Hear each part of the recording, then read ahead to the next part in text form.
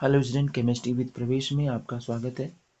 तो chemical kinetics से one more question यहाँ आपके सामने है, जो कि आर्रीनियस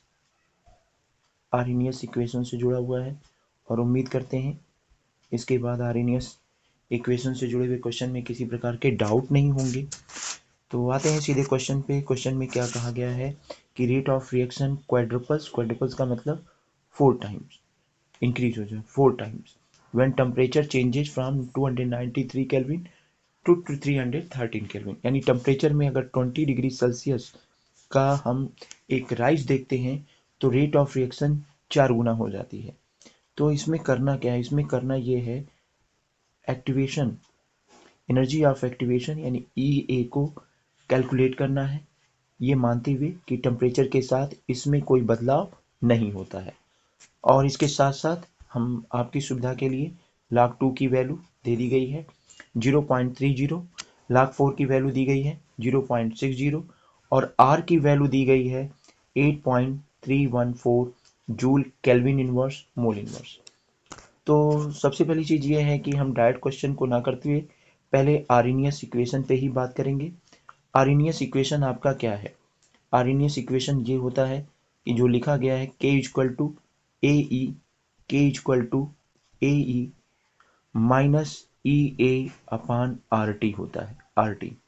अब देखो क्या है कि इस ई फॉर्म को हम लॉग के टेबल में कन्वर्ट कर सकते हैं, और लॉग के टेबल में अगर हम कन्वर्ट करें तो फिर ये बनता क्या है, ये बन जाता है ln K equal to ln A minus E A upon R into T. देखो इसको लिखने का तरीका इसमें ऐसे भी हो सकता है, ln K equal to ln A minus E A upon R into 1/t, ऐसे भी लिख सकते हैं। तो ये लिखा गया है। ओके, अभी फर्दर क्या है कि लॉन की वैल्यू ये तो पता है, लॉन की वैल्यू लॉग के टर्म में 3.303 लॉग बेस 10 हो लिखी जा सकती है। तो इसी आर्रीनियस इक्वेशन को हम कैसे देख सकते हैं? इसी आर्रीनियस इक्वेशन को हम देख सकते हैं log k equal to log a minus E A upon 2.303 into R into T. देखिए क्या है कि मैंने लास्टली क्या है कि दोनों तरफ कुछ कैलकुलेशन थे, उन कैलकुलेशन को सॉर्ट करते हुए डायरेक्ट जो वैल्यू मिलेगी उस वैल्यू को मैंने यहाँ मेंशन किया हुआ है। और इसीलिए इसका जो लॉग के टर्म में फॉर्म आपको मिल रहा है वो मिल रहा है log K equal to log A minus E A upon 2.303 into R into T, ये आपको मिल रहा है। लेकिन देखिए क्या है कि इस इक्वेशन का उपयोग हम इस क्वेश्चन के लिए नहीं कर सकते हैं। क्यों नहीं कर सकते हैं? क्योंकि हमें 2 डिफरेंट टेम्परेचर दिया गया है और रेट ऑफ रिएक्शंस की वैल्यू दी गई है कि रेट ऑफ रिएक्शन में कितना इंक्रीज देखने को मिल रहा है। तो आपको ये पता है कि 10 डिग्री सेल्सियस अगर राइज होता है टेम्परेचर में, 10 डिग्री सेल्सियस राइज होता है टेम्परेचर में, तो 10 डिग्री राइज के कारण हमें रेट ऑफ रिएक्शन या हम कहते हैं रेट ऑफ कांस्टेंट वो जस्ट डबल हो जाती है।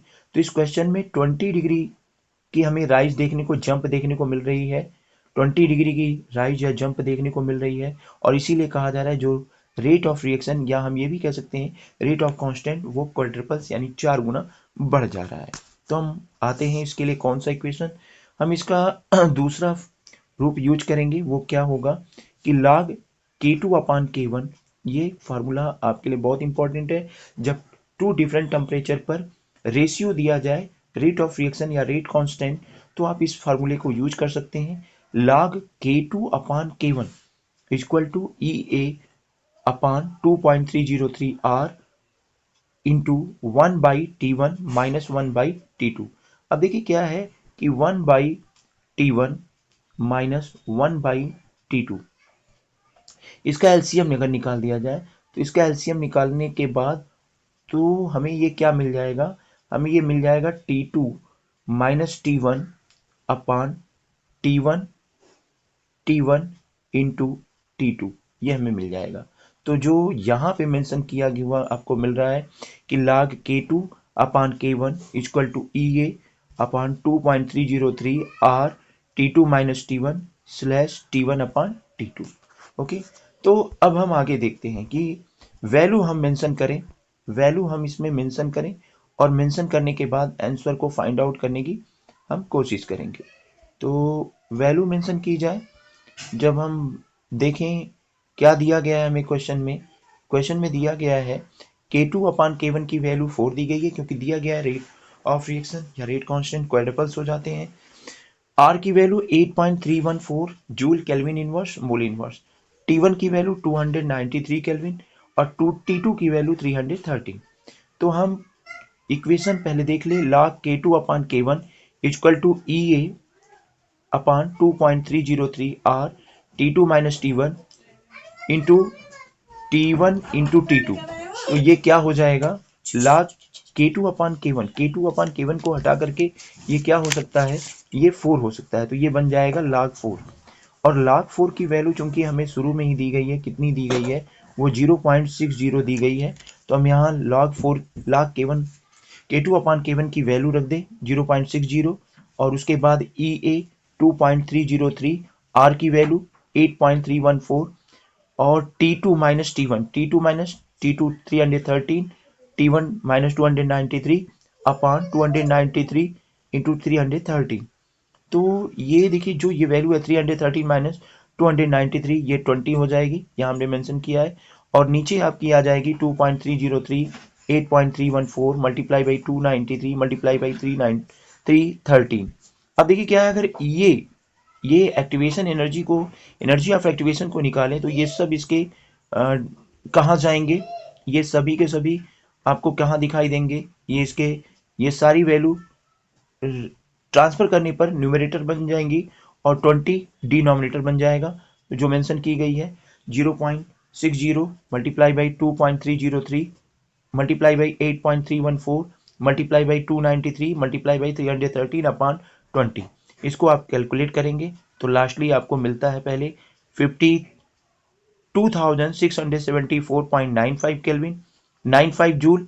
और इसको अगर हम 10 की पावर में कन्वर्ट करें तो ये बन जाता है 5.27 इंटू 10 की पावर 4, क्योंकि देखो डेसिमल को आप क्या कर रहे हो, शिफ्टिंग कर रहे हो, कितने प्लेस, 4 प्लेस आप लेफ्ट साइड ले जा रहे हो। तो साइंटिफिक नोटेशन आपने पढ़ा है, ये पॉजिटिव पावर 10 की पॉजिटिव पावर में कन्वर्ट होगा। और इस 10 की पावर जो 4 है, चूंकि 1 किलो जूल इक्वल टू 10 की पावर 3 जूल होती है। ओके, 10 की पावर 3 जूल होती है, तो इसको किलो जूल में अगर हम कन्वर्ट करें तो ये बन जाएगा 52.7 किलो जूल मोल इनवर्स। तो इस तरीके से आर्रहिनियस इक्वेशन से जुड़े हुए अगर क्वेश्चन हो तो आप लगा